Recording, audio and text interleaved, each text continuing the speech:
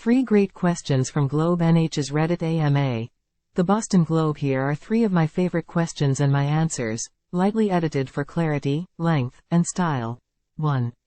Do you feel the strategy of having Democratic voters switch their party affiliation to participate in the Republican primary will lead to a competitive Republican primary rather than a coronation for former President Donald J. Trump? Number.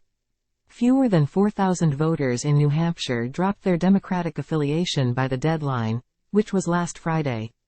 That's less than 2% of the state's electorate. At this moment, Trump appears to hold a 30-point lead among likely GOP primary voters.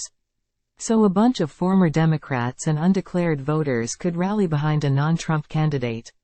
But I don't think the party-switching strategy on its own generated a big enough shift to deprive Trump of a win in New Hampshire. Point 2. How much do the voters on the ground care about New Hampshire's place as first in the nation? Is the defense of this law largely coming from policymakers who want to increase New Hampshire's importance on the national stage, or directly from the citizenry? The first-in-the-nation primary is clearly a benefit to New Hampshire politicos. But do voters care? Less than 1 in 4 likely GOP primary voters in New Hampshire have attended an in-person event with any candidate so far this cycle, per a poll from Suffolk University, the Boston Globe, and USA Today. The pollster told me he figures that number will break 40% by January. But that would mean a majority of likely GOP primary voters will head to the polls in New Hampshire without having attended an in-person event. Does that mean they don't care?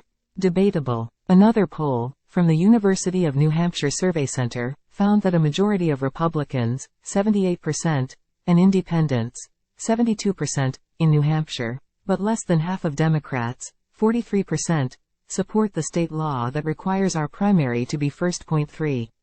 I'm in a metro area with more people than all of New Hampshire.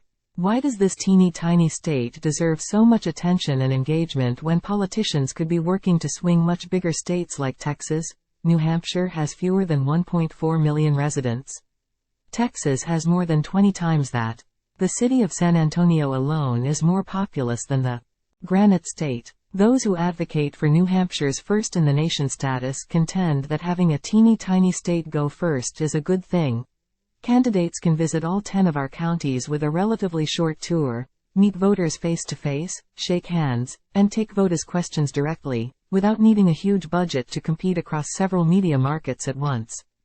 Time equals 400 ms, greater than the key word in your question, though, deserve, is precisely why there has been so much controversy around our century-old tradition. I love that New Hampshire goes first, and I think we should be proud of our tradition, but I have a hard time making the case that we deserve it. I think NHPR's Stranglehold podcast did a nice job unpacking this in 2019.